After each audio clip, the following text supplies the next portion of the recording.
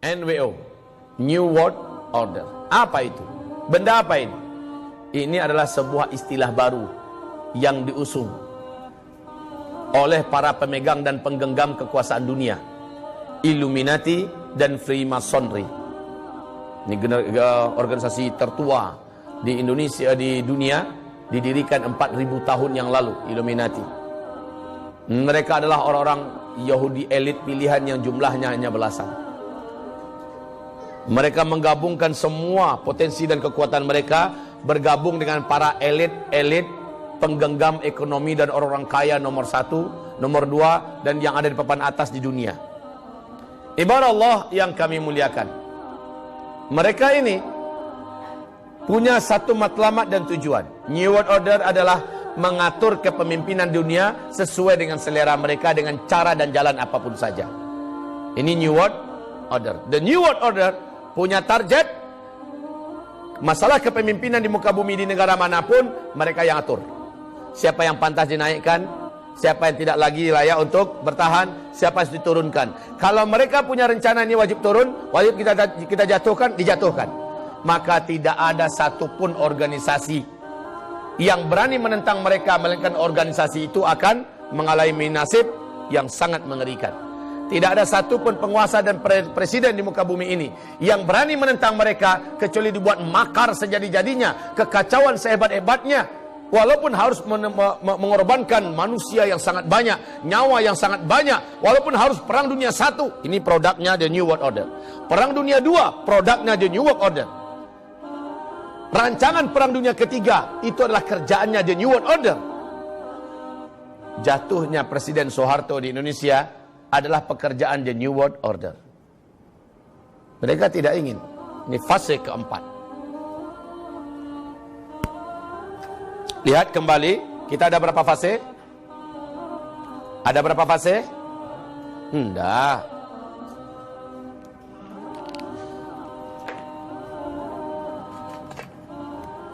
Rasulullah bersabda dalam hadis riwayat Imam Ahmad, ada 5 fase. Fase pertama, Nabi Muhammad langsung memimpin kita. Fase kedua, para khulafaur rasyidin. Fase khilafah ini. Ini para khalifah yang memimpin kita. Fase ketiga, ini para khalifah yang menggunakan, yang merubah sistem khalifah kepada kerajaan. Ini fase ketiga. Fase keempat, nah ini saya buat besar. Fase keempat, fase yang memimpin di seluruh negeri di muka bumi ini, termasuk di negeri Islam, adalah para diktator. Ini fase kediktatoran. Dan fase kelima, tidak ada khilafah Islamiyah di sini. Segala kejahatan terjadi di muka bumi pada fase ini. Nasib Islam dan kaum muslimin betul-betul sangat berat pada fase keempat ini. Makin bergerak waktu ke depan, naiknya grafisnya seperti ini, naik. Berat betul menjadi orang beriman pada fase ini. Karena yang kita hadapi makin bertambah waktu, makin berat daripada sebelumnya. Dalam segala hal kehidupan. Karena targetnya, baik itu segi ekonomi, lumpuhkan ekonomi umat Islam. Agar umat Islam menjadi fakir. Kan ada hadisnya kan? Walaupun ini hadis dari athar sahabat. Kadal faqru ayyakuna kufra. Miskinkan mereka, fakirkan mereka, biar mereka mudah kita kafirkan. Fakirkan mereka, kita kafirkan mereka. Nah, ini target mereka. Dari segi kesehatan, make him sick, you will be rich. Buat mereka semua sakit, biar kamu bisa kaya. Jadi mereka ciptakan virus, mereka ciptakan penyakit, mereka sebar melalui udara, melalui jet-jet yang berterbangan, mereka sebar melalui makanan, melalui minuman, mereka sebar melalui obat-obatan yang mereka ciptakan. Itu dimasukkan ke seluruh dunia, apalagi ke negeri Muslim. Ini program The New World Order, jahatnya mereka luar biasa. Mereka ciptakan vaksinasi, mereka ciptakan ini dan itu, lalu mereka paksakan untuk disuntikkan kepada manusia-manusia manapun di muka bumi ini, dalam rangka membuat mereka sakit, membuat mereka lemah, membuat ras mereka rusak, dan cukup mereka saja yang kuat dan sehat. Ini program mereka, Pak. Dan itu terus naik ke atas. Maka imun yang terkuat hanyalah dalam Islam. Ini yang menyebabkan mereka benci Islam ini. Satu-satunya yang mampu bertahan dari segala serangan The New World Order adalah orang-orang Islam yang betul-betul berpegang erat dengan Islamnya. Ini yang sulit untuk dikuasai oleh The New World Order. Makanya mereka melihat musuh terbesar teroris yang paling hebat buat mereka adalah Islam. Ini Islam yang macam mana? Islam yang kafah. Di segi pendidikan, jangan ditanya Pak. Di segi pendidikan, betul-betul sangat memilukan hati sekarang pendidikan.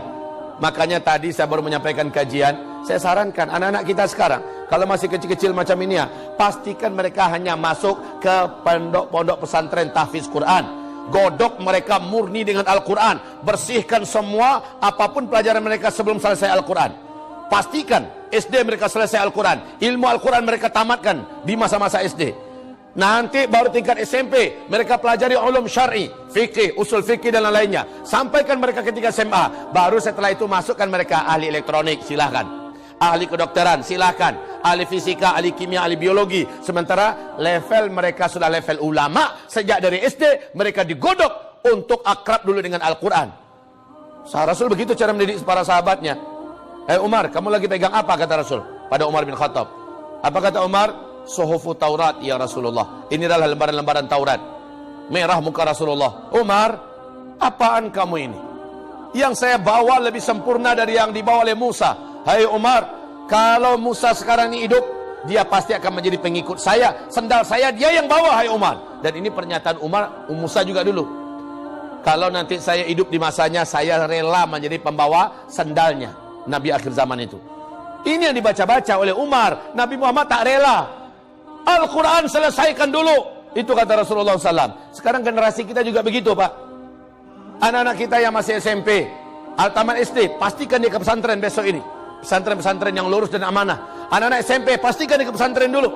Sekarang ini caranya supaya kebal daripada the New World Order dan makar-makarnya melalui dunia pendidikan. Masya Allah. Memang harus sterilkan anak kita dari pendidikan-pendidikan umum untuk kondisi saat ini. Untuk kondisi saat ini. Enggak akan ketinggalan anak-anak kita, insya Allah. Bisa diprivatkan masalah matematika. Insya Allah bisa diprivatkan. Bisa diprivatkan dalam masalah ilmu kimia, ilmu fisika, ilmu biologi. Kalau dianggap itu penting, bisa diprivatkan. Gampang. Yang penting agamanya tuntaskan dulu. Sehingga anak-anak ini kemanapun dia berada, dia sudah mampu memprotek. Dia sudah punya imun yang kebal dari serangan Masih Dajjal yang dijadikan sebagai corong Masih Dajjal. Inilah dia kerjaan daripada the New World Order. Mesinnya adalah Illuminati dan Freemasonry yang sering tokoh-tokohnya punya lambang begini loh. Sudah gini-gini gayanya tuh, ya, kalau sudah begini gayanya, itu jelas di kaki tangan Dajjal itu. Kalau udah begini, ini Freemasonry. Kalau ada tokoh-tokoh pemimpin di dunia yang gayanya begini-begini, asal berfoto dia begini, jelas Dajjal. Inilah kaki tangannya Dajjal. Ini yang bergerak adalah Freemasonry, di mana menjadi salah satu di antara mesin penggerak the New World Order. Dan mereka akan membantu kekacauan di setiap negeri dan negara manapun. Perhatikan di Indonesia, ada nggak yang gini-gini gayanya di kalangan pemimpin kita? Kalau ada, maka dia kaki tangan Freemasonry. Kecuali kalau dia bodoh sangat. Tapi kalau pekerjaannya ternyata mengarah ke situ, jelas. Karena memang itu mereka diprogram. Ibarat Allah yang kami muliakan, dari segi ekonomi, miskinkan mereka. Dari segi pendidikan, rusak mereka. Buat pemahaman mereka menyimpang daripada Islam mereka. Ini target mereka untuk kita ya. Buat mereka jauh daripada agamanya. Rusak otaknya itu. Makanya kita harus kembali menjadi muslim kafah. Pendidikan kita. Ekonomi kita. Makanan, obat-obatan, makanan kita. Begitu loh. Apa kurangnya madu? Apa kurangnya habbatus sauda? Apa kurangnya minyak zaitun? Ilmunya saja kita kurang pas mengetahuinya. Sehingga kita kurang maksimal memanfaatkan obat-obatan yang Allah rekomendasikan dalam Al-Quran. Begitu ibarat Allah yang kami muliakan. Apa kurangnya imunisasi ala Islam? Diajarkan Rasulullah. Tolong baca kitab Ibnul Qayyim tentang keajaiban pengobatan Nabi. Masya Allah. Ibarat Allah, apa kurangnya? Hanya saja kita selama ini dibodoh-bodohi. Seolah-olah tidak bisa sembuh kecuali dengan ala buatan mereka. Kita ingin selamat tinggal dengan mereka. Kembalilah pada Islam. Kita akan temukan kembali kekuatan kita ada dalam Islam. Imun yang bisa menyelamatkan kita hanya dalam Islam. Di segi media mereka pegang semua. Maka televisi apapun cara televisi di dunia ini, mereka yang genggam semuanya, termasuk yang di Indonesia. Mereka yang genggam semuanya. Semua media-media mainstream yang ada, level lokal ataupun interlokal, internasional, seluruhnya mereka yang pegang. Maka sebaiknya seperti kata Dr. Daud Rashid hafizahullah, kalau ada berita sesuatu yang berkaitan dengan Islam dari media-media mainstream yang ada, wajib balikkan, itulah yang benar. Dibalikkan. Kalau dikatakan Islam tertuduh, yang benar adalah Islam. Maka yang mengatakan Islam tertuduh, itulah tukang fitnahnya. Saya tidak mau menyebutkan satu persatu nama-nama media yang ada di Indonesia ini, tapi kita tahu itu tukang tipu semuanya. Biar fasih, Pak. Ya, kan TV kan, atifu. Ibarat Allah yang kami muliakan, media mereka yang pegang. Ustaz, kita kan bisa juga pegang media. Ya kalau bisa kita pegang, coba kita yang mengendalikan beritanya, segala macamnya. Tapi biasanya sebentar aja umurnya tuh. Di samping kurang dana, diserang rame-rame. Dicari delik untuk menjatuhkannya sehingga tutup. Lalu sahamnya dibeli. Ah, itu gaya-gaya usang dah tuh. Maka satu-satunya cara kita membalikkan dan menyebar melawan hoax dengan kebenaran adalah melalui jet-jet yang ada. Kita manfaatkan internet. Orang-orang yang mengerti sedikit banyak ciptakan lawan hoax dengan kebenaran. Dengan fakta, insya Allah Ta'ala kita akan menang. Itu disebut dengan qul ja'al haqq wa zahaqal batil. Berita-berita yang sahih kita sebar sebanyak-banyaknya. Untuk melawan berita-berita yang hoax, insya Allah qul ja'al haqq wa zahaqal batil. Begitu. Jadi media-media kalau bisa, Pak, bukan kalau bisa lagi, harus. Saya sudah alhamdulillah 7 tahun lah di rumah itu nggak ada TV, nggak mati anak-anak saya, alhamdulillah. Kita kan khawatirnya begitu, nggak ada TV nanti anak-anak kami nanti lari dia ke TV sebelah. Lah kalau diatur dengan benar, insya Allah dididik anak-anak kita dengan benar, anak-anak itu pun udah nggak mau TV lagi. Jangan ada TV di rumah, apalagi handphone kasih anak-anak kita, handphone canggih, pada anak kita masih SD. Akhirnya di mana-mana, dan ini maaf, tetangga kita saja yang kelas agama mereka juga mungkin cukup baiklah, negara jiran kita sana, SD, kelas 4 SD perempuan sudah hamil, dihamili oleh abang kelasnya kelas 6 SD. Innalillahi wa inna. Jangan sampai kita pikir ini tidak besar mudaratnya. Ini punya kerjaan daripada program The New World Order, rusak generasi mereka. Maka media-media yang ada di tangan kita ini, orang dewasa saja banyak yang hanyut, apalagi anak-anak. Wahai hamba-hamba Allah yang kami muliakan, itu di segi media ya. Di segi obat-obatan tadi sudah, di segi pendidikan sudah, di segi politik. Nah, jauhkan mereka dari politik. Haramkan umat Islam jangan sampai mereka memasuki pintu-pintu politik. Sebab kalau mereka berani atau mereka dipersiapkan, mereka dipersilahkan, dibenarkan bagi mereka untuk masuk dunia politik, bahaya buat kita. Ini prinsip mereka. Sehingga demokrasi buatan mereka, ciptaan mereka, itu hanyalah untuk sesama mereka. Ternyata ada Islam yang berusaha satu persatu masuk, Pak. The New World Order punya rencana, punya acara menghancurkannya. FIS yang menang di Aljazair melalui pesta demokrasi resmi, kemenangan total dimiliki oleh umat Islam di Aljazair. Bagaimana nasib FIS? Habis oleh militer. Militer yang memang sudah menjadi kaki tangan daripada Freemasonry dan Illuminati. Bisa dibeli itu, Pak. Para jenderal-jenderal bisa dibeli. Ibarat Allah yang kami muliakan. FIS dengan cepat diberangus. Tokoh-tokohnya dihabisi dengan kejam. Para pengikutnya juga dipenjara, disiksa dengan mengerikan. Ulama-ulamanya digantung. Itu terjadi di Aljazair. Hizbul Rafah di Turki. Waktu itu siapa? Erbakan ya? Hah? Iya. Masih Erbakan waktu itu. Menang dengan Hizbul Rafahnya. Kembali militer yang mengkudeta. Nggak bisa. Kalau dimainkan politik, kita bermain dengan irama mereka, lalu kita dihabisi oleh mereka.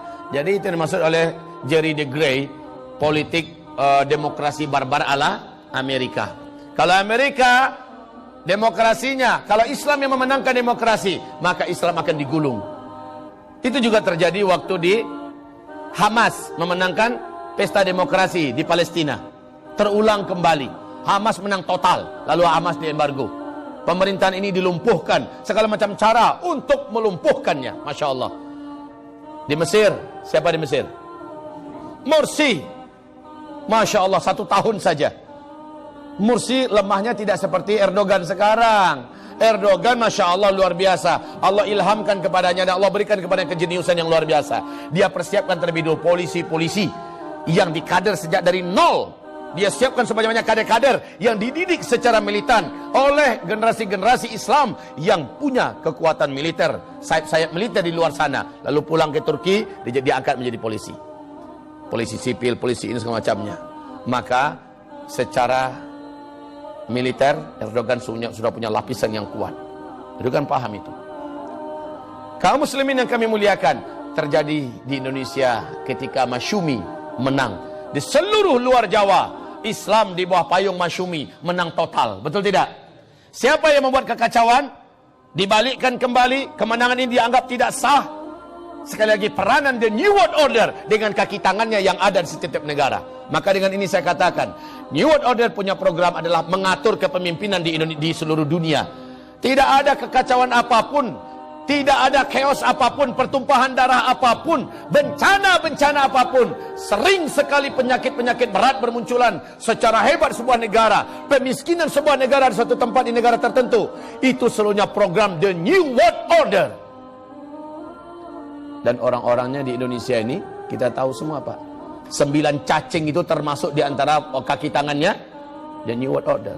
Orang-orang yang ada di sana termasuk penggerak aktivis inti daripada Freemasonry.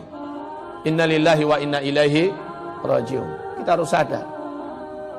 Maka ibarat Allah, tidak ada yang bisa untuk mereka lakukan kalau seandainya kita kembali ke dalam pangkuan Islam secara kafah. Sekarang udah benar nih, gerakan kita udah menuju ke arah benar. Ini taufik dari Allah Subhanahu wa taala.